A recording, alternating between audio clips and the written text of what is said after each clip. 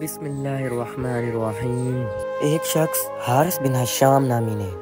آن حضرت صلی اللہ علیہ وسلم سے سوال کیا کہ حضور آپ پر وحی کیسے نازل ہوتی ہے؟ آپ صلی اللہ علیہ وسلم نے فرمایا کہ وحی نازل ہوتے وقت کبھی مجھ کو گھنٹی کی سی آواز محسوس ہوتی ہے اور وحی کی یہ کیفیت مجھ پر بہت شاق گزرتی ہے۔ جب یہ کیفیت ختم ہوتی ہے تو میرے دل و دماغ پر اس فرشتے کے ذریعے نازل شدہ وحی محفوظ ہو جاتی ہے،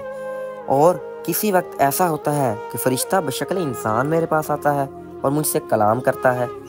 بس میں اس کا کہا ہوا یاد رکھ لیتا ہوں۔ حضرت عائشہ رضی اللہ عنہ کا بیان ہے کہ میں نے سخت کڑاکے کی سردی میں آن حضرت صلی اللہ علیہ وسلم کو دیکھا ہے کہ آپ صلی اللہ علیہ وآلہ وسلم پر وحی نازل ہوئی،